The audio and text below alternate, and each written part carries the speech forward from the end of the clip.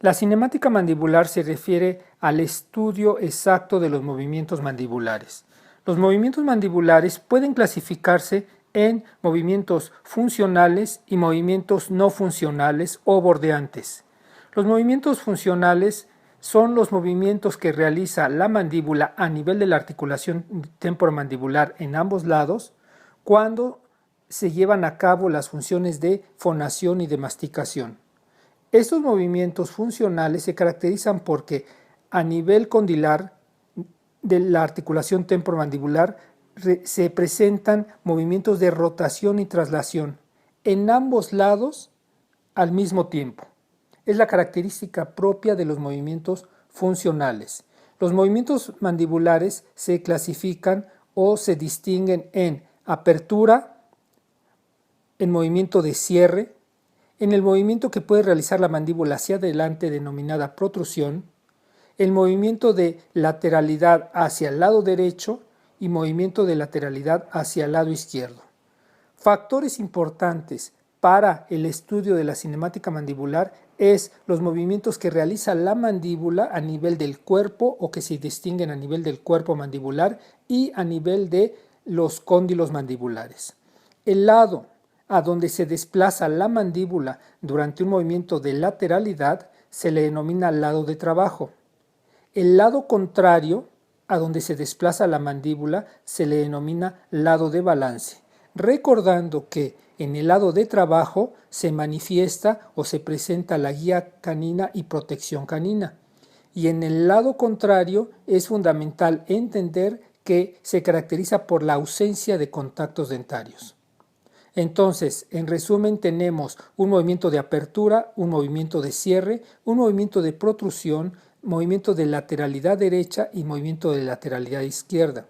Es importante recalcar que estos movimientos aislados no son funcionales. Cuando se realiza un movimiento de protrusión exclusivamente, a nivel condilar se observa un movimiento de traslación. Cuando se hace un movimiento de apertura inicial, se manifiestan movimientos de rotación.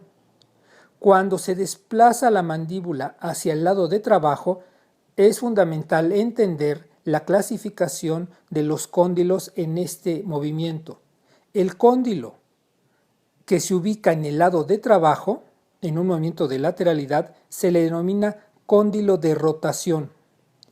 El cóndilo del lado contrario, es decir, en el cóndilo del lado de balance, se le denomina cóndilo orbitante. Es importante recordar que en el cóndilo del lado de balance, es decir, el cóndilo orbitante, realiza lo que se denomina guía condilar lateral. Cuando se realiza un movimiento de protrusión, es importante recordar que se manifiesta lo que es la guía incisiva y protección anterior. Todos este tipo de movimientos se les denominan movimientos bordeantes y están limitados por ligamentos. Cuando se hace un movimiento de protrusión, ese movimiento de protrusión es máximo y la mandíbula no puede ir más allá. ¿Por qué? Por la tensión que tienen los ligamentos de la articulación temporomandibular. Los ligamentos principales y los ligamentos accesorios. Cuando se hace un movimiento de lateralidad, la mandíbula llega a un límite de movimiento de lateralidad y ese movimiento está limitado de igual manera por ligamentos. Cuando se hace un movimiento de apertura máxima, también todo paciente tiene una posición de apertura máxima y esa posición de apertura máxima está limitada por los ligamentos. Cuando se hace un movimiento de cierre, y aquí es un punto importante a destacar, el movimiento de cierre total no está determinado por ligamentos, está determinado por la posición estable de oclusión céntrica. Es importante recordar que la articulación temporomandibular es la única articulación que tiene un limitante fijo y en este caso es el movimiento de cierre. El movimiento de cierre está limitado por la posición de oclusión céntrica. Y pasamos a un punto fundamental. El punto fundamental es el punto de partida de los movimientos mandibulares, los movimientos no funcionales o movimientos bordeantes. Este punto se puede recalcar o se puede definir como la posición mandibular más retruida. La posición mandibular más retruida es en la forma en que la mandíbula puede llegar a la posición más posterior sin molestia y sin incomodidad. Generalmente esta posición debe de ser manual. Esa posición más retruida de la mandíbula dentro de la fosa mandibular se denomina posición terminal de bisagra. La posición terminal de bisagra es la posición mandibular más retruida, de la cual se puede hacer un movimiento de protrusión y también se puede hacer un movimiento de regreso, es decir, un movimiento de retrusión. Este movimiento de retrusión de forma sencilla y de forma manual sin molestia se denomina, vuelvo a insistir, en posición terminal de bisagra. Los movimientos bordeantes no son funcionales, pero sí son movimientos de referencia.